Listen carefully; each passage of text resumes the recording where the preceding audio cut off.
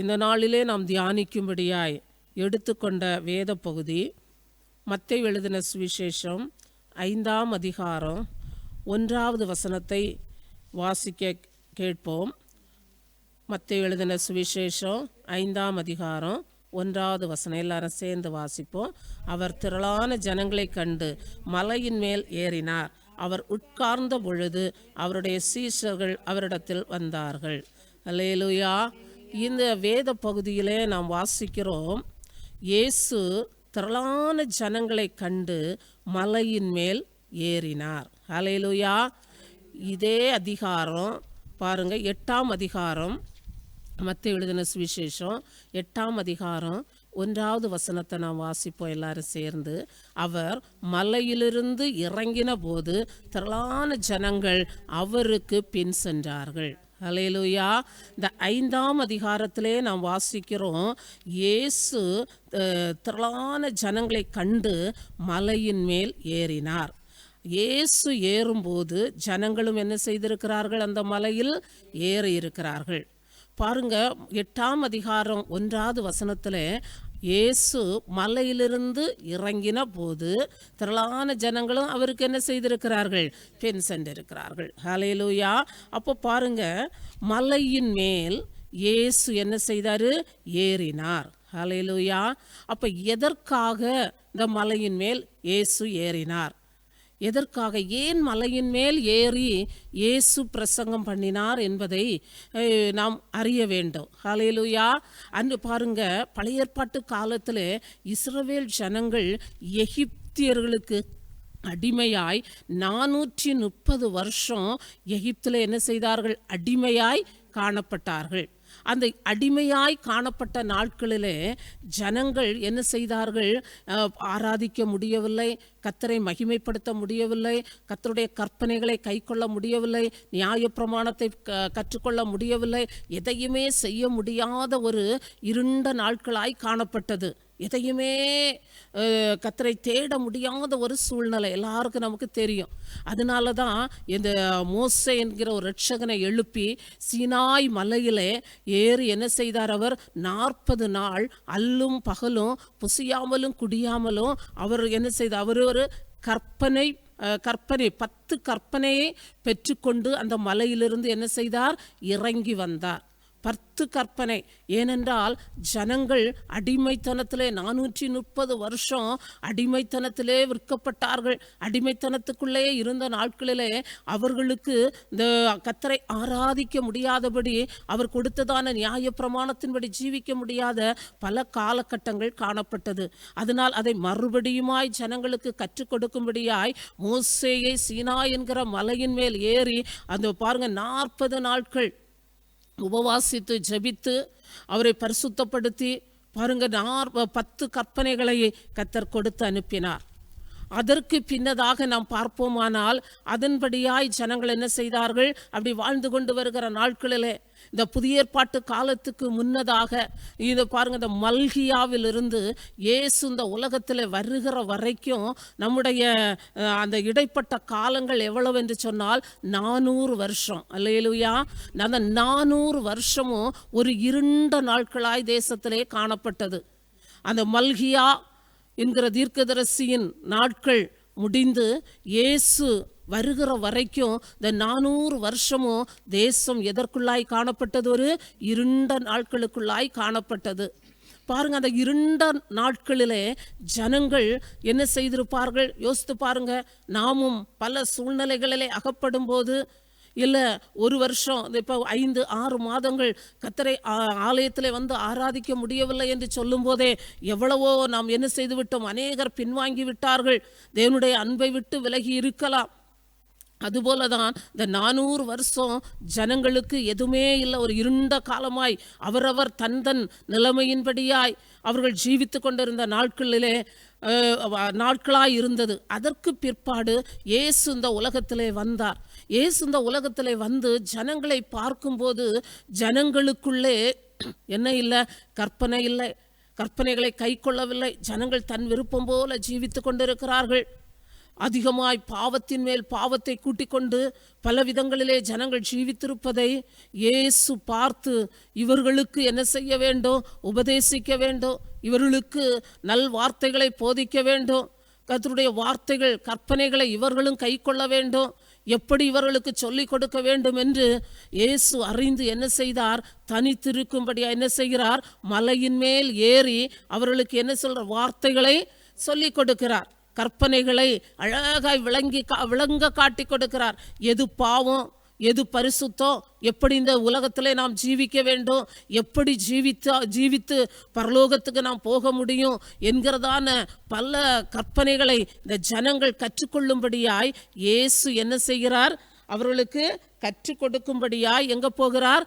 மலையின் மேல் ஏறுகிறது தான். இந்த மலையின் மேல் இயேசு ஏறினார். பாருங்க, இந்த மலையின் மேல் ஏறி அவர் தன்னுடைய வாயை திறந்து என்ன செய்கிறார்? ஜனங்களுக்கு வார்த்தைகளை பேசுகிறார். வாயை திறந்து, அவருடைய வாயை திறந்து அவர் பேசுகிறார். அது பாருங்க, வாயை திறந்த ஜனங்களுக்குள்ளே ஒரு வெளிச்சம் உண்டாக வேண்டும், ஜனங்களுக்குள்ளே ஒரு பாவ மன்னிப்பு உண்டாக வேண்டும். ஜனங்கள் யார், எப்படி நாம் தேவனை ஆராதிக்க வேண்டும், எப்படி தேவனை சேவிக்க வேண்டும், என்ன செய்ய வேண்டும் என்றெல்லாம் அந்த ஜனங்களுக்கு கற்றுக் கொடுக்கும்படியாக மலையின் மேல் ஏறினார். ஹல்லேலூயா. ஜனங்களும் என்ன செய்கிறார்கள்? இந்த வார்த்தையை கேட்கும்படியாய் கடந்து போகிறார்கள். அவர் தன்னுடைய வாயை திறந்து, பாருங்க இந்த 2வது வசனம், மத்தேயு எழுதின சுவிசேஷம் 5ஆம் அதிகாரம் 2வது வசனத்திலே நாம் பார்க்கிறோம். அப்பொழுது அவர் தமது வாயை திறந்து அவர்களுக்கு உபதேசித்து சொன்னது என்னவென்றால், இயேசு உபதேசிக்கிறார். தன்னுடைய வாயை திறந்து என்ன செய்கிறார்? உபதேசிக்கிறார். என்ன சொல்லுகிறார்? 3ஆம் வசனத்துல பாருங்க, ஆவியில் எளிமை உள்ளவர்கள் பாக்கியவான்கள், பரலோக ராஜ்யம் அவர்களுடையது. பாருங்க, ஜனங்கள் எப்படியாயினும் இந்த பரலோக ராஜ்யத்தை போய் சென்றடைய வேண்டும். ஜனங்களுக்குள்ளே இருக்கிற பாவங்கள், ஜனங்களை அடிமைப்படுத்தி வைத்திருக்கிற அந்த பொல்லாத ஆவிகளின் கிரியைகள், ஜனங்கள் விடுதலையோடு கர்த்தரை சேவிக்க முடியாதபடி ஜனங்கள் பாவத்திலே அமிழ்ந்து கிடக்கிறார்கள், பாவத்தை பால் போல பருகி கொண்டிருக்கிறார்கள், அசுத்த வல்லமையினால் வியாதியோடு போராடி கொண்டிருக்கிறார்கள், குடும்பத்திலே பலவிதமான பிரச்சனைகளோடு ஜனங்கள் காணப்படுகிறார்கள். பல சூழ்நிலையில இருந்ததான ஜனங்களை பார்த்த இயேசு ஆவியிலே கலங்கி தன்னுடைய வாயை திறந்து என்ன வார்த்தைகளை சொல்லுகிறார். ஆவியிலே எளிமை உள்ளவர்கள் பாக்கியவான்கள். ஆவியிலே எளிமை உள்ளவர்களாய் நீங்கள் காணப்பட்டால் தான் அந்த பரலோக ராஜ்யத்தை பெற்றுக்கொள்ள முடியும். அது மாத்திரமல்ல, அடுத்த வசனத்திலே சொல்லுகிறார், துயரப்படுகிறவர்கள் பாக்கியவான்கள், அவர்கள் என்ன செய்வார்கள்? ஆறுதல் அடைவார்கள். அப்போ நீங்க ஒருவேளை இந்த நாட்களில் துயரப்பட்டு வேதனைப்பட்டு கண்ணீரோடு ஐயோ என்கிறதான ஒரு கூக்குரலோடு நீங்கள் காணப்படலாம். நீங்கள் பாக்கியவான்கள், துயரப்படுகிற நீங்கள் பாக்கியவான்கள் தான். ஏனென்றால் உங்களுக்காக ஆறுதல் காத்திருக்கிறது. ஆறுதலை கொடுக்கும்படியாக இயேசு தன் வாயை திறந்து வார்த்தைகளை சொல்லிக் கொண்டிருக்கிறார். ஆறுதல் அவரிடத்தில் தான் இருக்கிறது என்பதை வெளிப்படுத்தும்படியாக தான் இயேசு அந்த ஜனங்களோடு பேசி கொண்டிருக்கிறார். அடுத்த 5வது வசனத்தை பார்க்கிறோம். சாந்த குணம் உள்ளவர்கள் பாக்கியவான்கள், அவர்கள் பூமியை சுதந்தரித்துக் கொள்வார்கள். கர்த்தருடைய பிள்ளையே, இந்த பூமியிலே ஜனங்கள் சமாதானத்தோடு வாழ முடியவில்லை.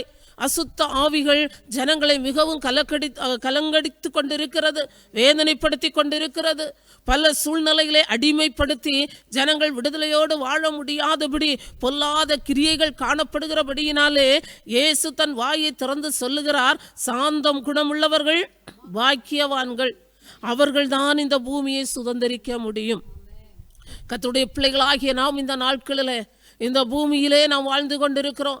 கர்த்தருடைய வேத வசனத்தின்படி நம்முடைய ஆயுசு நாட்கள் 70 வருஷம், பலத்தின் மிகுதியினால் 80 வருஷம் என்று சொல்லப்பட்டிருக்கிறது. அந்த நாட்கள் வரையிலும் இந்த பூமியிலே நான் சமாதானத்தோடு வாழ வேண்டும், சஞ்சலம் இல்லாமல், வேதனைகள் இல்லாமல், கலக்கம் இல்லாமல் வாழ வேண்டியதை கர்த்தர் விரும்புகிறார். அதனால இயேசு தன் வாயை திறந்து வார்த்தைகளை சொல்லுகிறார், சாந்த குணம் உள்ளவர்கள் பாக்கியவான்கள். இந்த நாளிலே நமக்கு இந்த சாந்த குணத்தை கர்த்தருடைய சமூகத்திலிருந்து நாம் பெற்றுக்கொள்ள வேண்டும். அப்படிப்பட்டவர்கள் தான் இந்த பூமியை என்ன செய்ய முடியும்? சுதந்தரிக்க முடியும். கர்த்தருடைய சமூகத்திலே கர்த்தருடைய பிள்ளைகள் அதிகமாக இதை வாஞ்சிக்க வேண்டும். பூமியிலே என்று அநேக ஜனங்கள் என்ன செய்கிறார்கள்? இந்த பூமியிலே அநேக காரியங்களை சுதந்திரிக்க முடியவில்லை. சமாதானம், கர்த்தர் வைத்து போன சமாதானத்தை சுதந்திரிக்க முடியவில்லை. கர்த்தர் நமக்கு வைத்து போயிருக்கிற ஆசீர்வாதங்களை நம்மால் சுதந்திரிக்க முடியவில்லை. கர்த்தர் நமக்கு தந்திருக்கிறதான அநேக சுதந்திரங்களை நாம் இந்த நாட்களிலே பெற்று அனுபவிக்க முடியவில்லை. அநேக குடும்பங்களிலே போராட்டங்கள், வேதனைகள், வியாதிகள், இந்த பூமியிலே சமாதானத்தோடு வாழ முடியாதபடி காணப்படுகிற பல கலக்கங்கள் குடும்பங்களை அமிழ்த்தி வைத்திருக்கிறது. ஆனால் இயேசு சொல்லுகிறார், நீங்கள் இந்த பூமியிலே சமாதானத்தோடு இந்த பூமியை சுதந்திரிக்க வேண்டுமானால் உங்களுக்குள் மறைந்திருக்கிற குணம் சாந்த குணம் உள்ளவர்களாய் நாம் மாற வேண்டும். அல்லேலூயா. அடுத்து 6வது வசனத்திலே அவர் சொல்லுகிறார், நீதியின் மேல் பசிதாகம் உள்ளவர்கள் பாக்கியவான்கள். அல்லேலூயா. நீதியின் மேல் பசிதாகம். நீதி என்றால் எல்லாருக்கும் தெரியும். நாம் பாருங்க, செய்யத்தகாதவர்களுக்கு செய்வதுதான் நீதி. இன்று அநேகருக்கு என்ன செய்கிறோம்? நமக்கு விருப்பப்பட்டவர்களுக்கு, நமக்கு உதவி செய்கிறவர்களுக்கு, யாருக்கோ நாம் உதவியை செய்துவிட்டு, நீதியை செய்துவிட்டு, நான் நீதி செய்துவிட்டேன் என்று சொல்லுகிறார்கள். அது நீதியாகாது. கர்த்தருடைய வேதத்திலே சொல்லப்பட்ட நீதி என்ன என்றால், நீதி செய்யத்தகாதவர்களுக்கு, அவர்கள் நமக்கு எப்பொழுதும் எதிரியாக தான் காணப்படுவார்கள், எப்பொழுது நமக்கு சத்துருக்களாக தான் இருப்பார்கள், எப்பொழுது நம்மை கண்ணீர் குடிக்க வைத்து கொண்டு தான் இருப்பார்கள். நம்ம எப்போது நமக்கு நம்முடைய குடும்பத்திலே நமக்கு எதிரியாய் மாறி பல விதமான சூழ்நிலைகளிலே நம்மை வேதனைப்படுத்தி கொண்டிருக்கிற ஒரு நபராய் இருக்கலாம். ஆண்டவர் சொல்லுகிறார், அப்படிப்பட்டவர்களுக்கு செய்கிற உதவிதான் நீதி. அப்ப நீதி அப்படிப்பட்டவர்களுக்கு, நம்மை எதிர்க்கிறவர்களுக்கு, நம்மை வெறுக்கிறவர்களுக்கு, நமக்கு விரோதமாய் செயல்படுகிறவர்களுக்கு நாம் செய்கிற நீதி. அப்படிப்பட்ட நீதியை செய்ய நீங்களும் நானும் பசிதாகம் உள்ளவர்களாய் காணப்பட வேண்டும் என்று கர்த்தர் தன் வாயை திறந்து வார்த்தைகளை சொல்லுகிறார். அப்படிப்பட்டவர்கள் தான் இந்த பூமியில என்ன செய்ய முடியும்? திருப்தி அடைய முடியும். நம்ம பாருங்க, நமக்கு அனுகூலமானவர்களுக்கு ஒரு உதவியை செய்வது, நமக்கு வேண்டப்பட்டவர்களுக்கு உதவியை செய்வது, நம் விருப்பப்பட்டவர்களுக்கு உதவியை செய்வது இல்லை. அவர்கள் ஒன்றை செய்தார்கள், அதனால் நானும் ஒன்று செய்ய வேண்டும் என்று செய்கிற இந்த நிலைமையெல்லாம் நீதி அல்ல. நீதி கர்த்தர் விரும்புகிற நீதி செய்ய வேண்டும். இயேசு இந்த உலகத்திலே ஜீவித்த நாட்களிலே அவரை என்ன செய்தார்கள்? நன்மை செய்கிறவராகவும் பிசாசின் கையிலே அகப்பட்ட யாவரையும் விடுதலையாக்குகிறவராகவும் இயேசு இந்த உலகத்திலே சுற்றி திரிந்தார். பாருங்க, இவ்வளவு நன்மை செய்த இயேசுவை இந்த உலகம் சிலுவையிலே அறையும்படியாய் ஒப்பு கொடுத்தது. பாருங்க, இப்படிப்பட்ட சூழ்நிலையிலே ஒப்பு கொடுத்த நிலைமையிலே காணப்பட்ட இயேசு கடைசி வரையிலும் பிதாவே இவர்களுக்கு மன்னிக்கிற ஒரு காரியத்தை அவர் வெளிப்படுத்தி கொண்டே இருந்தார். மன்னித்தார். வாயால் சொன்னது மாத்திரமல்ல, எல்லாரையும் மன்னித்தார். இயேசு முற்றிலுமாய் மன்னித்தார். எல்லா ஜாதி ஜனங்களையும் தன்னை சிலுவையிலே அறைந்தவர்களுக்காய். பாருங்க, இயேசுவை என்ன கல்ல எறிந்தவர்களுக்காய், இயேசுவை குத்தினவர்களுக்காய், அடித்தவர்களுக்காய், பித்தவர்களுக்காய், எல்லாருக்காகவும் இயேசு என்ன செய்தார்? பிதாவிடத்திலே பரிந்து பேசினார். பாருங்க, இதுதான் நீதியின் மேல் பசிதாகம் உள்ளவர்கள். ஹல்லேலூயா. இப்படிப்பட்ட பசிதாகம் நம்மை துன்பப்படுத்துகிறவர்களுக்கு, வேதனைப்படுத்துகிறவர்களுக்கு, நம்மளுக்கு சத்துருக்களாய் இருக்கிறவர்களுக்கு உதவி செய்வதை தான் நீதி என்று சொல்லப்படுகிறது. இந்த நீதியின் மேல் நீங்களும் நான் என்ன செய்ய வேண்டும்? பசிதாகம் உள்ளவர்களாய் இருப்போமானால் இந்த உலகத்திலே ஜீவிக்கிற நாள் வரையிலும் நாம் எப்படி வாழ்வோமா? திருப்தியுள்ளவர்களாய் வாழ முடியும். ஹல்லேலூயா. இந்த 7வது வசனத்தை வாசித்து பார்ப்போமானால், இரக்கம் உள்ளவர்கள் பாக்கியவான்கள், அவர்கள் இரக்கம் பெறுவார்கள். கர்த்தருடைய பிள்ளைகளாகிய நம்முடைய சூழ்நிலைகள் எப்படி காணப்படுகிறது? நாம் இரக்கம் உள்ளவர்களாய் இருக்கிறோமா? சத்துருக்களை பார்க்கும்போது ஒரு இரக்க குணம் வருகிறதா? இல்லை நமக்கு எதிரியாக இருக்கிறவர்கள் மேலே ஒரு இரக்க குணம் வருகிறதா? கர்த்தரை நேசிக்கிற பிள்ளைகள் மேலே ஒரு இரக்க குணம் வருகிறதா? நாம் இறங்குகிறவர்களாய் காணப்படுகிறோமா? பாருங்க, நாம் எப்படி இறங்குகிறோமோ அப்படிதான் மற்றவர்களும் நமக்கு என்ன செய்வார்கள்? இறங்குவார்கள். பாருங்க, நாம் இறங்காத வரையிலும் மற்றவர்கள் நமக்கு ஏதோ ஒன்று செய்ய வேண்டும் என்று நம்ம என்ன செய்யக்கூடாது? விரும்பக்கூடாது. இயேசு நம்மேல இரக்கமுள்ளவராய் இருக்க வேண்டுமானால் நீங்களும் எப்படி இருக்க வேண்டும்? இரக்கமுள்ளவர்களாய் இருக்க வேண்டும். அதை கர்த்தருடைய பிள்ளைகளாகிய நாம் இந்த நாட்களிலே அதிகமாய் வாஞ்சிக்க வேண்டும். இந்த இரக்கத்தை ஆண்டவரே இந்த அனுபவத்தை எனக்கு தாரும் என்று கர்த்தருடைய சமூகத்திலே கேட்க வேண்டும். அது மாத்திரமல்ல, இருதயத்தில் சுத்தமுள்ளவர்கள் பாக்கியவான்கள். 8வது வசனத்தை பாருங்க. இருதயத்தில் சுத்தமுள்ளவர்கள் பாக்கியவான்கள், அவர்கள் தேவனை தரிசிப்பார்கள். இன்றைக்கு நாம் கர்த்தருடைய பிள்ளைகளாகிய நீங்களும் நானும் ஓடுகிற ஓட்டம் எல்லாம் எதற்காக தான் ஓடிக்கொண்டிருக்கிறோம்? இயேசுவை தரிசிக்க வேண்டும். அவர் நமக்காக ஆயத்தம் பண்ணி கொண்டிருக்கிறதான அத்த நித்திய ராஜ்யத்தில் அவர் என்ன சொன்னார்? நான் போவேனானால் அவர் போய் பரலோகத்திலே போய் நமக்காக வாசஸ்தலங்களை உண்டு பண்ணி, நமக்காக வீடுகளை உண்டு பண்ணி மறுபடியும் நான் உங்களை கூட்டிக் கொண்டு போவேன் என்று சொன்னார். ஹல்லேலூயா. பாருங்க, நாம் எல்லாரும் இதை தான் எதிர்பார்த்து கொண்டே இருக்கிறோம். அப்போ இயேசு தன் வாயை திறந்து சொல்லுகிறார், இருதயத்தில் சுத்தமுள்ளவர்கள் பாக்கியவான்கள், அவர்கள் தான் யாரை தரிசிக்க முடியும்? தேவனை தரிசிக்க முடியும். தேவனை தரிசிக்க முடிகிறவர்கள் தான் அந்த ராஜ்யத்துக்கு போக முடியும். அப்ப இந்த நாட்களில் அவர் விரும்புகிறது நம்முடைய இருதயம் பரிசுத்தமாய் காணப்பட வேண்டும். நம்முடைய இருதயத்திலே கசப்புகள் வரக்கூடாது. நம்முடைய இருதயம் இருமாப்பா இருக்கக்கூடாது. நம்முடைய இருதயம் கடினமுள்ள இருதயமாக இருக்கக்கூடாது. நம்முடைய இருதயத்திலே கோபங்கள் ஆளுகை செய்யக்கூடாது. நம்முடைய இருதயத்தில் எரிச்சல்கள் ஆளுகை செய்யக்கூடாது. அந்த இருதயத்தை கர்த்தர் பார்க்கும்போது எப்படி பார்க்க வேண்டும்? சுத்தமுள்ளவர்களாய். நம்முடைய இருதயத்தை எப்போதும் தேவன் வாசம் பண்ண வேண்டும். இருதயத்தை நாம் எவ்வளவு சுத்தமாக்குகிறோமோ அவ்வளவாய் தேவன் நம்மள என்ன செய்வார்? அமர்ந்திருப்பார். நம்மை ஆளுகை செய்ய முடியும், நடத்த முடியும். ஹல்லேலூயா. இருதயத்திலே சுத்தமுள்ளவர்கள் தான் தேவனை தரிசிக்க முடியும். நாம் தேவனை தரிசிக்க வேண்டுமானால் நம்முடைய இருதயம் என்ன செய்ய வேண்டும்? சுத்தமாயிருக்க வேண்டும்.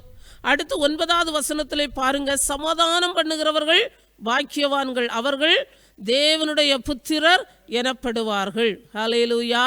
அப்ப சமாதானம் பண்ணுகிறவர்களாய் நாம் மாற வேண்டும். இந்த நாளிலே கர்த்தருடைய பிள்ளைகளே, நான் சபையிலே விசுவாசிகளாய் இருக்கிறோம். நம்முடைய குடும்பத்தில் பார்த்தால் இவர்கள் பெந்தேகோஸ்தே சபைக்கு போகிறவர்கள், ஆராதிக்கிற பிள்ளைகள் என்று சொல்லி நமக்கு நற்பெயரை அநேகர் கொடுத்திருக்கிறார்கள். ஹல்லேலூயா, ஹல்லேலூயா. கர்த்தருடைய வேதம் சொல்லுகிறது, என்ன நீதி நிமித்தம் என் நிமித்தம் நீதி நிமித்தம் துன்பப்படுகிறவர்கள் பாக்கியவான்கள், அவர்கள் என்ன செய்வார்கள்? பரலோக ராஜ்யம் அவர்களுடையது. ஹல்லேலூயா. என் நிமித்தம் உங்களை நிந்தித்து துன்பப்படுத்தி பலவித தீமையான மொழிகளையும் உங்கள் பேரில் பொய்யாய் சொல்வார்களானால் பாக்கியவான்களாய் இருப்பீர்கள். ஹல்லேலூயா, ஹல்லேலூயா. இந்த நாளிலே கர்த்தருடைய பிள்ளைகளாகிய நாம் என் நிமித்தம் உங்களை நிந்தித்து, ஹல்லேலூயா, துன்பப்படுத்தி பலவித தீமையான மொழிகளை உங்கள் பேரில் பொய்யாய் சொல்வார்களானால் பாக்கியவான்களாய் இருப்பீர்கள். 10வது வசனத்தில் பார்த்தோம், நீதி நிமித்தம் துன்பப்படுகிறவர்கள் பாக்கியவான்கள், அவர்கள்தான் எங்கே பிரவேசிக்க முடியும்? பரலோக ராஜ்யத்தில். அப்போ நம்ம இந்த பரலோக ராஜ்யத்தை நாம் பெற்றுக்கொள்ள வேண்டுமானால் நீதி நிமித்தம் நீங்களும் நான் என்ன செய்ய வேண்டும்? துன்பத்தை அனுபவிக்க வேண்டும். அடுத்து பாருங்க, என் நிமித்தம் இயேசுவை ஏற்றுக்கொண்டது நிமித்தமாக நமக்கு என்ன வருகிறது? நிந்தனைகள் வருகிறது, துன்பங்கள் வருகிறது. தீமையான காரியங்களை அவர்கள் சொல்லி நம்மளிடம் என்ன செய்கிறார்கள்? பல காரியங்களை செய்து நம்ம என்ன செய்வார்கள்? வேதனைப்படுத்தி கொண்டிருந்தாலும் கர்த்தருடைய வேதம் சொல்லுகிறது, நீங்க யாரா இருக்கிறீர்கள்? பாக்கியவான்களாய் இருக்கிறீர்கள். 12வது வசனத்திலே சந்தோஷப்பட்டு நீங்கள் என்ன செய்ய வேண்டும்? களி கூற வேண்டும். அப்போ சந்தோஷப்பட்டு களி கூறுங்கள், பரலோக ராஜ்யத்தில் உங்கள் பலன் மிகுதியாய் இருக்கும். அல்லேலூயா. அப்போ பாருங்க, பரலோக ராஜ்யத்தில் பலன் மிகுதியாய் இருக்க வேண்டுமானால் நாம் துன்பப்பட்டு என்ன செய்ய? நிந்திக்கப்பட்டு என் நிமித்தம் உங்களை நிந்தித்து துன்பப்படுத்தி பலவிதமான தீமையான மொழிகளை உங்கள் பேரில் சொல்வார்களானால் நீங்கள் என்ன செய்வீர்கள்? பாக்கியவான்களாய் இருப்பீர்கள். அது மாத்திரம் இல்லை, நீங்கள் இப்படிப்பட்ட சூழ்நிலை வரும்போது சந்தோஷப்பட்டு களி கூர்ந்தீங்கன்னா பரலோக ராஜ்யத்தில் உங்களுக்கு என்ன இருக்கும்? பலன் மிகுதியாய் காணப்படும். அல்லேலூயா. அப்போ அது மாத்திரம் இல்லை, உங்களுக்கு முன்னிருந்த தீர்க்கதரிசிகளும் அப்படியே துன்பப்படுத்தினார்களே. அப்போ நமக்கு முன்னிருந்த தீர்க்கதரிசிகளும் இதே வழியாக தான் என்ன செய்திருக்கிறார்கள்? பரலோக ராஜ்யத்திற்கு பிரவேசித்திருக்கிறார்கள். அல்லேலூயா. அவர்களும் அந்த வழியாக தான் கடந்து போயிருக்கிறார்கள். அப்போ இந்த நாளிலே இந்த வார்த்தையை கேட்கிற கர்த்தருடைய பிள்ளைகளாகிய நீங்கள் உங்களை சோதித்து பார்க்க வேண்டும். ஒரு முறை கூட அலசி ஆராய்ந்து பார்க்க வேண்டும். நாம் கர்த்தரை ஆராதிக்கிறோம், ஒழுங்காய் ஆலயங்களுக்கு கடந்து செல்லுகிறோம், அதிகமாய் நாம் ஜெபிக்கிறோம், பலருக்காக நம்ம ஜெபிக்கிறோம், நான் எப்படிப்பட்ட சிந்தை உள்ளவர்களாய் இருக்கிறோம். இயேசு தன் வாயை திறந்து ஜனங்கள் இருண்ட நாட்களிலே ஜீவித்து கொண்டிருந்த அந்த ஜனங்களுக்கு வாயை திறந்து சொன்ன வார்த்தைகள். ஆனால் இன்றைக்கு அப்படிப்பட்ட காலத்திலே நாம் அல்ல. கர்த்தருடைய வேதத்தை எவ்வளவோ நாம் வாசிக்கிறோம், எவ்வளவோ தியானிக்கிறோம், கர்த்தரை ஆராதிக்கிறோம், எத்தனையோ பிரசங்கங்களை கேட்கிறோம், எத்தனையோ வார்த்தைகளை கேட்டு நாம் இந்த நாட்களிலே பல சூழ்நிலை நம்ம ஒப்பு கொடுத்து ஜெபிக்கிறோம். இப்படிப்பட்ட காலகட்டங்களிலே இருக்கிற கர்த்தருடைய பிள்ளைகளாகிய நமக்கு நாம் எப்பேற்பட்டவர்களாய் காணப்பட வேண்டும். ஹல்லேலூயா, அல்லேலூயா. கர்த்தர் தன் வாயை திறந்து சொன்ன அந்த வார்த்தைகளை பாருங்க. இது அநேக வார்த்தைகளை நாம் பார்த்தோம். ஒரு வார்த்தை கொண்டே எத்தனையோ மணி நேரம் பிரசங்கிக்கலாம். ஆனால் இதை உங்களுக்கு ஒரு அறிவுக்காக சொல்லுகிறேன். வீடுகளிலே இருந்து இந்த வார்த்தையை கேட்கிற கர்த்தருடைய பிள்ளைகள் என்ன செய்ய வேண்டும்? ஒவ்வொன்றாய் தியானிக்க வேண்டும். நான் இப்படிப்பட்ட சிந்தை உள்ளவளாய் காணப்படுகிறேனா? இந்த பூமியிலே வாழ்கிற எனக்கு என்னுடைய இருதயம் எப்படி காணப்படுகிறது? என்னுடைய சிந்தனை எப்படி காணப்படுகிறது? என் செயல் திறன்களெல்லாம் எப்படி காணப்படுகிறது? நான் மற்றவர்களோடு எப்படி பழகுகிறேன்? எப்படி இயேசுவை குறித்து வெளியிலே நான் சொல்லுகிறேன்? இயேசுவின் அன்பை நான் எப்படி என் மூலமாய் வெளிப்படுத்துகிறேன்? இயேசு என் மூலமாய் எவ்வளவாய் சந்தோஷப்படுகிறார்? இதையெல்லாம் நாம் இந்த நாட்களிலே ஒன்று கூட உணர வேண்டும். ஏனென்றால் நாம் இந்த நாட்களிலே கிருபையின் காலத்திலே நாம் வைக்கப்பட்டிருக்கிறோம். இயேசு நமக்காக கிருபையை வைத்து போயிருக்கிறார். இது ஒரு கிருபையின் காலம். நம்மை ஆளுகை செய்யும்படியாய், நம்மை நடத்தும்படியாய், நமக்கு நல்ல ஆலோசனைகளை தரும்படியாய், நம்மை பாதுகாக்கும்படியாய் நமக்கு ஒரு பரிசுத்தாவியானவரை தந்து போயிருக்கிறார். அந்த பரிசுத்தாவியானவர் சகல சத்தியத்துக்குள்ளும் ஒவ்வொரு நாளும் நம்மை போதித்து நடத்துகிறவராய் காணப்படுகிறார். ஹல்லேலூயா. நீங்கள் டிவி சேனலை பார்ப்பீர்களானால், வாட்ஸ்அப்பை நீங்கள் பார்ப்பீர்களானால், எங்கு திறந்தாலும் கர்த்தருடைய வார்த்தைகள், எங்கு திறந்தாலும் கர்த்தருடைய ஆராதனை, கர்த்தருக்கு செலுத்துகிற ஆராதனையை நாம் கேட்கிறோம். எங்கு பார்த்தாலும் பாடல்கள், பாருங்க, ஜெபங்கள், உபவாச ஜெபங்கள், ஆல் நைட் பிரேயர், பல விதங்களில் என்ன செய்கிறது? கர்த்தரை ஆராதிக்கிற சத்தங்கள் கேட்கப்பட்டு கொண்டே இருக்கிறது. ஒரு திறந்த வாசல் நமக்கு முன்பாக வைக்கப்பட்டிருக்கிறது. இந்த கிருபையின் நாட்களிலே கர்த்தருடைய பிள்ளைகளாகிய நாம் எப்பேற்பட்ட ஜீவியம் உள்ளவர்களாய் காணப்படுகிறோம் என்பதை இந்த நாளிலே நீங்கள் சிந்திக்க வேண்டும். கர்த்தருடைய ஆவியானவர் ஒரு நாளிலே இந்த வசனத்தை கொண்டு நம்மை நியாயம் தீர்க்க போகிறார். அல்லேலூயா. அவருடைய வசனத்தை கொண்டு நியாயம் தீர்க்கிற நாளிலே நான் எப்படி கணக்கு சொல்ல முடியும்? கர்த்தர் எவ்வளவு வார்த்தைகளை நமக்கு எழுதி வைத்து கொடுத்திருக்கிறார். ஒவ்வொரு வார்த்தைகளையும் தியானிக்க தேனிலும், தேன் கூட்டிலிருந்து ஒழுகும் தெளி தேனிலும் மதுரமுள்ள வார்த்தைகளாய் காணப்படுகிறது. சங்கீதக்காரன் சொல்லுகிறான், அன்றியும் அவைகளால் உமது அடியேன் எச்சரிக்கப்படுகிறேன். தன் பிள்ளைகளை உணர்கிறவன் யார்? மறைவான குற்றங்களுக்கு அடியனை விலக்கி காரும், துணிகரமான பாவங்களுக்கு என்னை விலக்கி காத்துக்கொள்ளும் என்று சொல்லி சங்கீதக்காரன் தன்னை முழுவதுமாய் கர்த்தருடைய சமூகத்திலே ஒப்பு கொடுப்பதை நாம் பார்க்கிறோம்.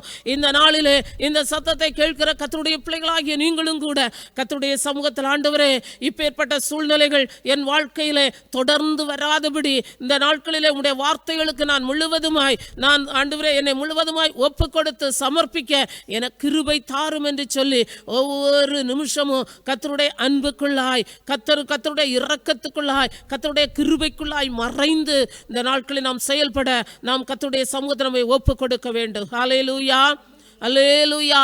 எல்லாவற்றுக்கும் நேரம் இருக்கிறது. எல்லாவற்றையும் துரிதமாய் செய்து கொண்டிருக்கிற ஒரு சூழ்நிலையிலே நாம் காணப்படுகிறோம். உலகமும் துரிதமாய் கடந்து போய் கொண்டிருக்கிறது. நாட்கள் துரிதமாய் கடந்து போகிறது. ஏதோ நாம் ஜனவரி என்று பார்த்தோம், 1வது மாதம் என்று பார்த்தோம், இப்போ 10வது மாதத்தை முடிக்கிற தருவாயிலே நாம் வந்துவிட்டோம். நாட்கள் எவ்வளவு ஸ்பீடாய் போய்கொண்டிருக்கிறது. துரிதமாய் நாட்கள் நேரங்கள் எல்லாம் கடந்து போய் கொண்டிருக்கிறது. கர்த்தருடைய வருகையும் அதி சீக்கிரமாய் காணப்படுகிறபடியினாலே இந்த வார்த்தையை கேட்கிற கர்த்தருடைய பிள்ளைகளாகிய நாம் கர்த்தருடைய வார்த்தைகளுக்கு இந்த நாட்களிலே முழுவதுமாய் நம்மை அர்ப்பணிக்க கர்த்தருடைய சமூகத்திலே நாம் ஒப்பு கொடுக்க வேண்டும். ஹல்லேலூயா, அல்லேலூயா. இது மத்தேயு எழுதின சுவிசேஷம் 7ஆம் அதிகாரம். இந்த ஒரு வார்த்தைகளை கூட நாம் தியானித்து நாம் ஜெபத்துக்குள்ளாய் கடந்து போகிறோம். 7ஆம் அதிகாரம் 7வது வசனத்தை வாசியுங்கள். பாருங்க, எல்லாரும் சேர்ந்து வாசிப்போம்.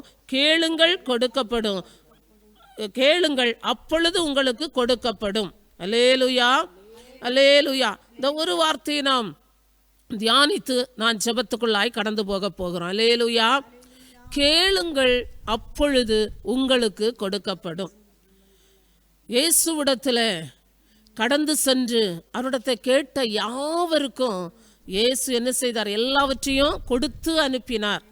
வியாதியோடு போனவர்கள், பிரச்சனையோடு போன ஜனங்கள், வேதனையோ கண்ணீரோடு போனவர்கள், தேவையோடு போன ஜனங்கள், பசியோடு போனவர்கள் எல்லாரும் இயேசுவை விட்டு அவரை விட்டு வரும்போது, இல்லைன்னா அவரிடத்திலிருந்து அநேக அற்புதங்களை என்ன செய்தார்கள்?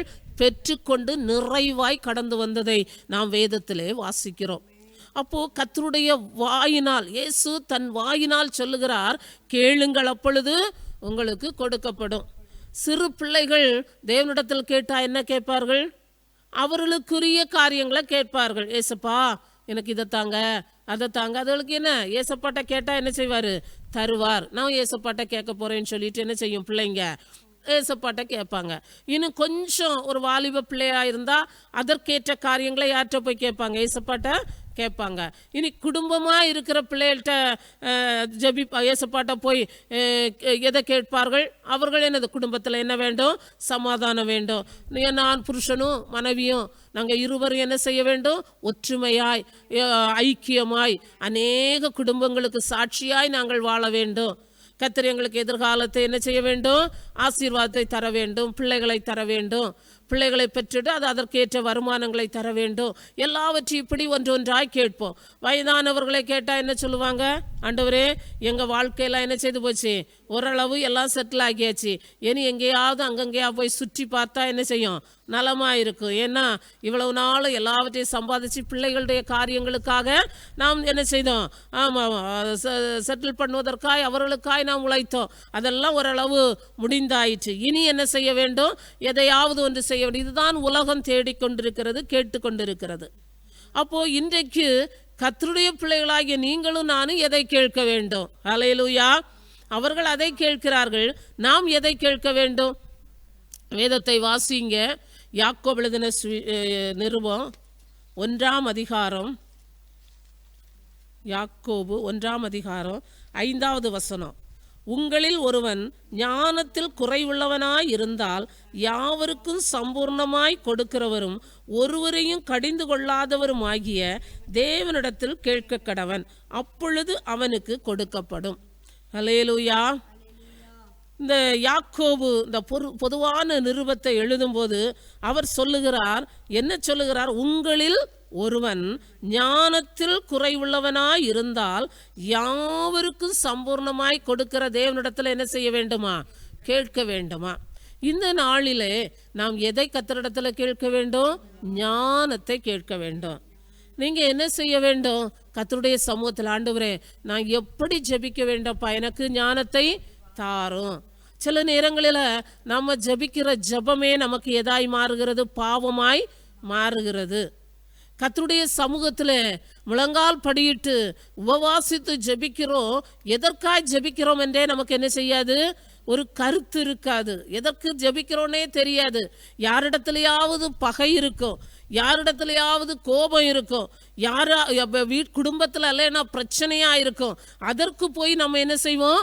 உபவாசித்து நீங்கள் அழுது ஜெபிப்பீங்க. அதற்கு முன்னதாக கர்த்தருடைய சமூகத்தில் நாம் ஒன்றை செய்ய வேண்டும். ஆண்டவரே நான் எப்படி ஜெபிக்க வேண்டும்? எனக்கு ஞானத்தை தாரும்.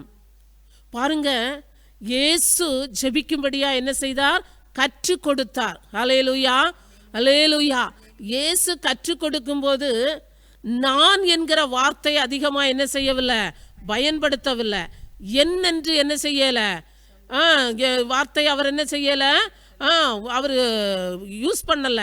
அப்போ என், நான் இதெல்லாம் அவருக்கு என்ன செய்யாது? பிடிக்காது. அப்ப நான் என்னன்னு சொன்னா எனக்கு மட்டும் கேட்கிற வார்த்தைகள். ஆனா கர்த்தர் எதை விரும்புகிறார்? எங்கள், எங்களுக்கு, நாங்கள், இப்படிதான் அவர் ஜெபத்தை என்ன செய்தார்? கற்றுக் கொடுத்தார். அப்போ இன்றைக்கு கர்த்தருடைய பிள்ளைகளாகிய நீங்களும் நானும் எல்லாம் நமக்காக என்ன செய்யக்கூடாது? அதிகமாய் ஜெபிக்க அமர்ந்து விடக்கூடாது. மற்றவர்களுக்காய், பிறருடைய நலனுக்காய் தான் நாம் அதிகமாய் ஜெபிக்க வேண்டும். இயேசு அதை தான் கற்றுக் கொடுத்தார். பாருங்க, இயேசு இந்த உலகத்திலே வந்தார். வந்து இத்தனை பாடுகளை அனுபவித்தும் பிதாவின் சித்தத்தை செய்கிறவராய் காணப்பட்டார். இந்த நாளிலும் கர்த்தருடைய பிள்ளைகளாகிய நாம் இந்த உலகத்திலே ஜீவிக்கிற நாட்களிலே ஆவிக்குரிய ஓட்டத்திலே நாம் கர்த்தருக்காக என்ன செய்ய வேண்டும்? ஓட வேண்டும்.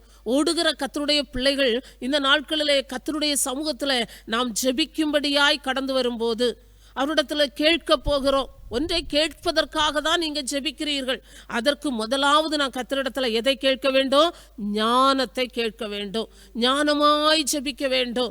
இயேசு எப்படி ஜெபிக்க கற்றுக் கொடுத்தார்? இயேசு எப்படி பிதாவிடத்தில் பரிந்து பேசினார்? இயேசு எப்படி ஜெபித்தார்? நீங்களும் நானும் இந்த நாட்களில் என்ன செய்ய வேண்டும்? கர்த்தருடைய சமூகத்தில் ஞானத்தை கேட்க வேண்டும். ஞானத்தோடு நாம் ஜெபிக்க வேண்டும். நம்முடைய குடும்பத்துக்காய், நம்முடைய பிள்ளைகளுக்காய், நம்முடைய இன ஜனங்களுக்காய், இல்லை நம்முடைய உற்றார் உறவினர்களுக்காய் நான் ஜெபிக்கும் போது, ஆண்டவரே, நான் இவர்களிடத்தில் எப்படி நான் அணுகி, எந்த அணுகுமுறையிலே அணுகி நான் இவர்களுக்கு புத்தி சொல்லணும்? எப்படி நான் இவர்களோடு ஐக்கியப்பட வேண்டும்? நாங்கள் இவர்களோடு எப்படி உறவு கொள்ள வேண்டும்? அப்படி என்று சொல்லி தேவனிடத்தில் என்ன செய்ய வேண்டும்? ஜெபிக்க வேண்டும், கேட்க வேண்டும். ஞானத்தை தாரும். எல்லாரிடமும் எல்லா புத்தியும் என்ன செய்ய முடியாது? சொல்ல முடியாது. துன்மார்க்கனிடத்திலே புத்தி சொல்ல வேண்டுமானால் அதற்கேற்ற ஞானத்தோடு கடந்து செல்ல வேண்டும். குடிகாரனோடு நாம் புத்தி சொல்ல வேண்டுமானால் அதற்கேற்ற ஞானத்தை கர்த்தரிடத்திலே கேட்க வேண்டும். கீழ்ப்படியாத முரட்டு தனமான பிள்ளைகளிடத்திலே போய் கர்த்தருடைய வார்த்தையை நாம் சொல்ல வேண்டுமானால் அதற்கேற்ற ஞானத்தை கர்த்தரிடத்திலே கேட்க வேண்டும். கீழ்ப்படியாத பிள்ளைகளிடத்திலே நாம் போய் கர்த்தருடைய வார்த்தையை சொல்ல வேண்டுமானால் அதற்கேற்ற ஞானத்தை கேட்க வேண்டும். இந்த நாளிலே உங்கள் குடும்பத்தில் எப்படிப்பட்ட சூழ்நிலைகள் காணப்படலாம், எப்பேற்பட்ட சூழ்நிலையா இருந்தாலும் கர்த்தரிடத்தில் ஞானத்தை கேட்டு நீங்களும் நான் என்ன செய்ய வேண்டும்? ஜெபிக்க வேண்டும். அப்போ முதலாவது கர்த்தரிடத்தில் கேட்கும் போது எதை கேட்க வேண்டும்?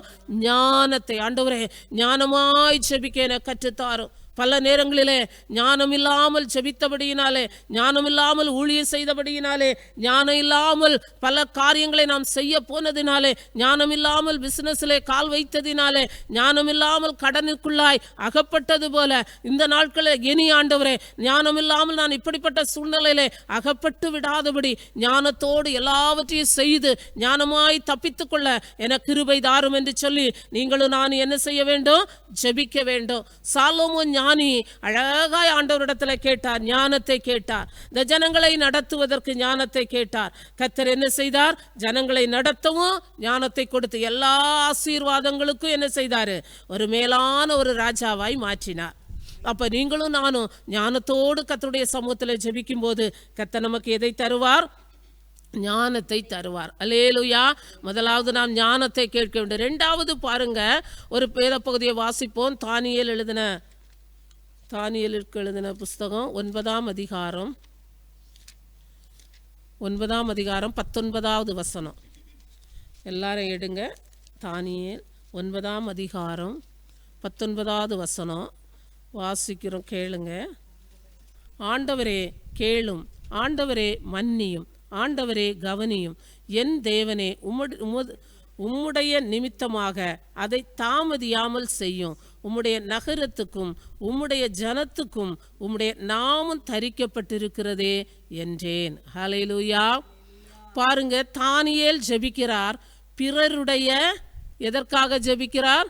பிறருடைய மன்னிக்கும்படியாய். ஹல்லேலூயா. பாவத்தை மன்னிக்கும்படியாய் கேட்கிறார். ஹல்லேலூயா. தன்னுடைய ஜனத்துக்காக தன்னுடைய ஜனம் பாவம் செய்திருக்கிறது. அந்த ஜனங்களுடைய பாவத்திற்காக கர்த்தருடைய சமூகத்திலே ஜெபிக்கிறார். அப்போ இந்த நாளில் நீங்களும் நானும் கர்த்தருடைய சமூகத்தில் எதற்காக ஜெபிக்க வேண்டும்? பிறருடைய பாவங்கள் மன்னிக்கப்படும்படியாய், பாவத்தை மன்னிப்பு. ஆண்டவரே, சிலர் என்ன செய்வாங்க, நமக்கு விரோதமாய் யாராவது என்ன செய்தா பாருங்க, அவங்க எப்படியாவது என்ன செய்யணும், தொலைந்து போனோம், அவர்கள் இனி இந்த உலகத்தில் என்ன செய்யக்கூடாது, ஜீவிக்கக்கூடாது, அப்படி என்கிற ஒரு இருதயத்தில் ஒரு கடினத்தை வைத்து ஜெபம் பண்ணி கொண்டிருப்பார்கள். அந்த ஜெபத்தை கர்த்தர் என்ன செய்ய மாட்டார், கேட்க மாட்டார். நாம் இந்த நாட்களில் நமக்கு யார் எதிரியாக இருந்தா என்ன செய்தா என்ன, நாம் என்ன செய்ய வேண்டும், அவர்களுக்காக இந்த நாட்களில் கர்த்தரிடத்தில் மன்னிப்பு கேட்டு ஜெபிக்க வேண்டும். எல்லாரையும் மன்னிக்க வேண்டும். அந்த மன்னிக்கிற இருதயத்தை நீங்களும் நானும் கர்த்தரிடத்தில் கேட்கணும். அல்லேலூயா. இந்த சிந்தை உள்ளவர்களாய் நாம் மாற வேண்டும். அப்போ முதலாவது சொன்னேன், ஞானத்தை கேட்டு ஜெபிக்க வேண்டும். ரெண்டாவது, மன்னிப்பை கேட்டு நீங்க என்ன செய்யணும், ஜெபிக்க வேண்டும். அடுத்தபடி பாருங்க, மத்தேயு எழுதின சுவிசேஷம் 6ஆம் அதிகாரம், மத்தேயு எழுதின சுவிசேஷம் 6ஆம் அதிகாரம் 11வது வசனம். எங்களுக்கு வேண்டி ஆகாரத்தை இன்று எங்களுக்கு தாரும். பாருங்க, எங்களுக்கு வேண்டிய, எனக்கென்று இயேசு ஜெபத்திற்கு என்ன செய்யல, கற்றுக் கொடுக்கவில்லை. எப்படி கற்றுக் கொடுக்கிறார்? எங்களுக்கு வேண்டிய ஆகாரத்தை இன்று எங்களுக்கு தாரும் அப்படின்னு சொன்னா, அத்தியாவசிய பொருட்களுக்காக நாம் என்ன செய்ய வேண்டும், ஆண்டவரிடத்தில் ஜெபித்து கேட்க வேண்டும்.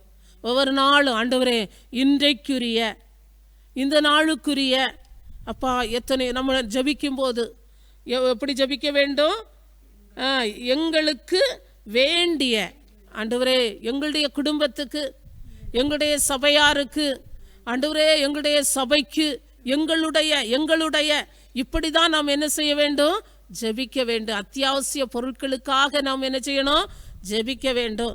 ஆடம்பர காரியங்களுக்காய், ஆண்டவரே எனக்கு இத்தனை மாடி உள்ள வீடு வேண்டும், இல்லை இத்தனை இப்படிப்பட்ட கார், இப்படிப்பட்ட வண்டி, இப்படிப்பட்ட சூழ்நிலை, இப்படிப்பட்ட அழகு, இப்படிப்பட்ட அந்தஸ்து, இப்படிப்பட்ட வேலை, இப்படிப்பட்ட, அப்படியல்ல, கர்த்தர் நமக்கென்று நியமித்திருக்கிற அந்த ஆசீர்வாதத்தை பெற்றுக்கொள்ள நாம் என்ன அத்தியாவசிய பொருட்களுக்காக, தேவைகளுக்காக நாம் என்ன செய்ய வேண்டும், ஜெபிக்க வேண்டும். அதற்கு மேலாக நான் ஜெபிப்போமானால் நாம் பரலோக ராஜ்யத்துக்கு என்ன செய்ய முடியாது. ஆமாம், அநேக ஆசீர்வாதங்களை கேட்டு நாம் பெற்றுக்கொண்டு மிகுந்த ஐஸ்வர்யவானாய் மாறிவிடுவோமானால் பரலோக ராஜ்யத்துக்கு என்ன செய்ய முடியாது, போக முடியாது. ஏனென்றால் அந்த ஐஸ்வர்யம் நம்மை தடுத்து நிறுத்திவிடும். ஹல்லேலூயா. இந்த உலகத்துக்குரியவர்களாய் நம்மை வாழ வைத்துவிடும். இந்த உலகத்துக்குரிய பிள்ளைகளாய், சுகபோக பிரியர்களாய், இந்த உலகத்தை நாம் நேசிக்கிறவர்களாய் உலகத்துக்கு பின்னாக தான் ஓடி முடிக்க முடியும். இதை நாம் வெறுத்து கர்த்தருடைய சமூகத்தில், ஆண்டவரே இன்றைக்கு எங்களுக்கு என்ன தேவையோ அதை எங்களுக்கு தாரும். இயேசு அதை தான் ஜெபிக்க கற்றுக் கொடுத்தார். ஹல்லேலூயா. அப்போ நம்ம என்ன செய்ய, அத்தியாவசிய தேவைகளுக்காக கர்த்தருடைய சமூகத்தில் ஜெபிக்க வேண்டும். அடுத்தபடியாய் பாருங்க, சங்கீதங்களின் புஸ்தகம் 51ஆம் சங்கீதம் 51ஆம் சங்கீதம் 10வது வசனம் எல்லாம் வாசிப்போம். தேவனே, சுத்த இருதயத்தை என்னிலே சிருஷ்டியும், நிலைவரமான ஆவியை என் உள்ளத்திலே புதுப்பியும். அப்போ இந்த சங்கீதக்காரன் எதை கேட்கிறார்? தாவீது இந்த சங்கீதத்தை எழுதுகிறார். அவர் என்ன கேட்கிறார்? ஆண்டவரே எனக்கு சுத்த இருதயத்தை தாரும். நம்ம ஜெபத்தில் எதை கேட்க வேண்டும்? சுத்த இருதயம். அப்போ நம்முடைய இருதயத்தில் என்ன இருக்கக்கூடாது? கோபம், கசப்பு, பொறாமை, எரிச்சல், இவைகளெல்லாம் நம்முடைய இருதயத்தில் என்ன செய்யக்கூடாது, இருக்கக்கூடாது. அதனால தான் பாருங்க, இந்த தாவீதுக்குடைய இருதயத்தில் பாவம் பிரவேசித்து விட்டது. அதனால் அந்த பாவம் பிரவேசித்ததினால எத்தனை விதமான தீமைகள் பின்தொடர்ந்து கொண்டு இருக்கிறது தாவீதுக்கு. அதனால தான் அவருக்கு, ஆண்டவரே எனக்கு சுத்த இருதயத்தை தாரும், இந்த இப்படிப்பட்ட வேண்டாத எல்லாவற்றையும் நீர் என்ன செய்து விடும், எடுத்து போடும். அப்போ இந்த நாளில் சுத்த இருதயத்துக்காய் நீங்களும் நான் என்ன செய்ய வேண்டும், ஜெபிக்க வேண்டும். அடுத்தபடியாக ஒன்று பாருங்க, மற்றவர்களுடைய எதற்காய் நாம் கேட்க வேண்டும்? மற்றவர்களுக்காக நீங்களும் நான் என்ன செய்ய வேண்டும், ஜெபிக்க வேண்டும். இயேசு மற்றவர்களுக்காக தான் ஜெபித்தார். பிதாவே இவர்களுக்கு மன்னியும், தாங்கள் செய்வது இன்னதென்று அறியாதிருக்கிறார்கள். அப்போ இந்த நாளிலே கர்த்தருடைய பிள்ளைகளாகிய நாம் மற்றவர்களுக்காக என்ன செய்ய வேண்டும்? ஜெபிக்க வேண்டும். அப்போ நம் ஜெபத்திலே எதை கேட்க வேண்டும் என்பதை நன்றாக உணர்ந்து கொள்ள வேண்டும். ஆவிக்குரிய பிள்ளைகள், ஆவிக்குரிய ஜீவியத்திலே ஓடுகிற பிள்ளைகள், இயேசுவுக்காக ஓடுகிறவர்கள், இயேசுதான் என் இரட்சகர் என்று ஓடுகிற பிள்ளைகள், இயேசுவையே முன்னணியாய் வைத்து ஓடுகிற பிள்ளைகள், இந்த நாட்களில் அவரிடத்தில் எதை கேட்க வேண்டும், எப்படி கேட்க வேண்டும் என்பதை குறித்து நாம் 5 காரியங்களை பார்த்தோம். முதலாவது, இந்த ஜெபத்திற்கு கர்த்தரிடத்தில் எதை கேட்க வேண்டும்? ஞானத்தை கேட்க வேண்டும். இரண்டாவது, என்ன செய்ய கர்த்தரிடத்தில் எதை கேட்க வேண்டும்? மன்னிப்பை கேட்க வேண்டும். மூன்றாவது, ஆண்டவர் அன்றன்றைக்குள்ள அத்தியாவசிய பொருட்களை நாம் என்ன செய்ய வேண்டும்? கேட்க வேண்டும். நான்காவது, ஆண்டவர் எனக்கு சுத்த இருதயத்தை தாரும் என்று அவரிடத்தில் கேட்க வேண்டும். ஐந்தாவது, மற்றவர்களுக்காய், மற்ற ஜனங்களுக்காய் நாம் என்ன செய்ய வேண்டும்? கேட்க வேண்டும். மற்ற ஜனங்களுக்கு, ஆண்டவரே அவர்கள் உம்மை அறிந்து கொள்ளவில்லையப்பா, அவர்கள் உம்மை அறிந்து கொள்ள வேண்டும், அவர்களுக்கு இந்த நல்ல ஞானமுள்ள இருதயத்தை கொடும். அவருடைய மன கண்கள், அவருடைய பாவ கண்கள், இந்த உலகம் அவர்களுடைய கண்களை அடைத்து வைத்திருக்கிறான். பிசாசு பலவிதங்களிலே பாவத்தினால் அடிமைப்படுத்தி அந்த கண்களை அடைத்து வைத்திருக்கிறான். ஆண்டவரே அவர்களுக்கு இந்த கண்களை திறந்தருளும் என்று நாம் ஜெபிக்க வேண்டும். அவர்களுடைய தேவைகளுக்காய் ஜெபிக்க வேண்டும். அவருடைய பாவங்கள் மன்னிக்கப்பட ஜெபிக்க வேண்டும். ஒருவேளை துன்மார்க்கனாய் இருக்கலாம், அவர்களுக்காய் நாம் ஜெபிக்க வேண்டும். மற்றவர்களுக்காய் ஜெபிப்பதில் ஆண்டவர் பிரியமுள்ள தேவனாய் இருக்கிறார். நாம் யாருக்காக ஜெபிக்க வேண்டும்? ஐந்தாவது, மற்றவர்களுக்காய். ஹல்லேலூயா. எப்போதும் என் குடும்பம், என் தேவை, என் பிள்ளைகள், என் என்று சொல்லி, நான் என்று சொல்லி நமக்காக நாம் பாடுபடாதபடி, இயேசு இந்த உலகத்திலே வாழ்ந்த நாட்களில் தனக்காக அல்ல, பிதாவின் சித்தத்தை செய்து நிறைவேற்றும்படியாய் எல்லாருக்காகவும் அந்த ஜீவனை கொடுத்து அவர் பரமேறி போயிருக்கிறார். அவருடைய அந்த உயிர்த்தெழுதலின் வல்லமை இந்த நாட்களிலே இந்த பூமியிலே ஜீவிக்கிற கர்த்தருடைய பிள்ளைகளாகிய நமக்கு இப்படிப்பட்டதான அனுபவங்களை கற்றுக் கொடுக்கும்படியாய் எல்லாரும் நாம் இந்த நேரத்தில் ஜெபிக்க போகிறோம். கர்த்தருடைய சமூகத்தில் நீங்கள் கேட்பீர்களா? ஹல்லேலூயா, ஹல்லேலூயா. கர்த்தருடைய சமூகத்தில் எல்லாரும் கேட்போமா? ஆண்டவரே, இப்படி நான் கேட்டு உம்மிடத்திலிருந்து நான் பெற்றுக்கொள்ள எனக்கு கிருபை தாரும். எல்லாரும் கேளுங்க. கேளுங்கள், உங்களுக்கு கொடுக்கப்படும். கேட்கும் போதுதான் கர்த்தரிடத்தில் நாம் பெற்றுக்கொள்ள முடியும். இயேசு மலையிலே ஏறி ஜனங்களுக்கு கற்றுக் கொடுத்ததான பாடத்தை குறித்து நாம் இந்த நாளிலே தியானித்தோம். எதற்காய் இயேசு கற்றுக் கொடுத்தார்? தன்னுடைய ஜனத்துக்கு எதற்காய் கற்றுக் கொடுத்தார்? தன்னுடைய ஜனம் அந்த பரலோக ராஜ்யத்தை பெற்றுக்கொள்ளும்படியாய்.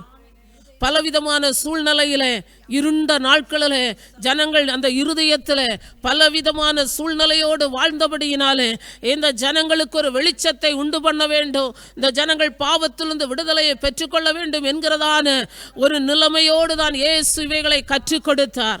நாம் இந்த நாட்களில் எப்படிப்பட்ட இருதயம் உள்ளவர்களாய் காணப்படுகிறோம்? கர்த்தருடைய பிள்ளையை நாம் இந்த நேரத்தில் சிந்தித்து பார்ப்போம். சிந்தித்து செயல்பட வேண்டிய கடைசி நாட்களிலே நாம் வைக்கப்பட்டிருக்கிறோம். எல்லாரும் கர்த்தரிடத்தில் கேளுங்க. ஆண்டவரே, எனக்கு ஞானமுள்ள இருதயத்தை தாரும். என்னுடைய புருஷனோடு நான் ஞானமாய் ஜீவிக்க எனக்கு கிருபை தாரும். என்னுடைய குடும்பத்தோடு ஞானமாய் நடந்து கொள்ள எனக்கு கிருபைகளை தாரும். என்னுடைய பிள்ளைகளோடு ஞானமாய் நடந்து கொள்ள கிருபை தாரும்.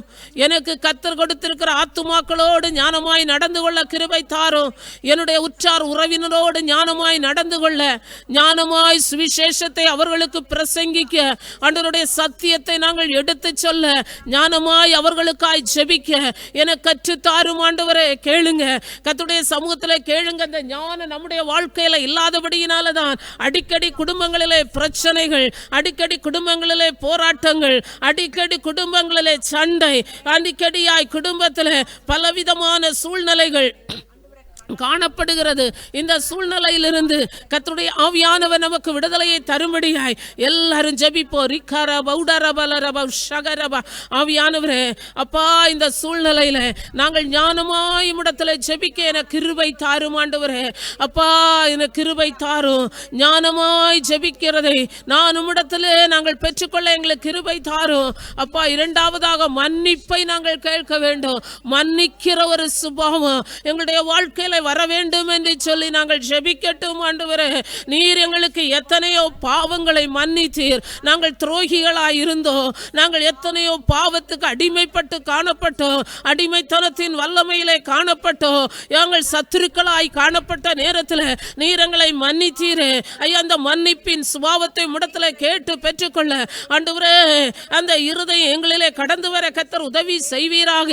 அப்பா ஆண்டவரே, எங்களுடைய தேவைகளுக்காக நாங்கள் ஜெபிக்க, அத்தியாவசிய காரியங்களுக்காக நாங்கள் ஜெபிக்க, இன்றைக்குரிய இந்த பூமியிலே ஜீவிக்கக்கூடிய ஆண்டவரே ஸ்தோத்திரம், ஜீவனோடு வாழ என்னென்ன தேவை வேண்டுமோ அதை மாத்திரம் இடத்துல கேட்டு ஆண்டவரே அதை பெற்றுக்கொள்ள அந்த ஞானத்தோடு நாங்கள் கேட்க எங்களுக்கு கிருபை தருவீராக.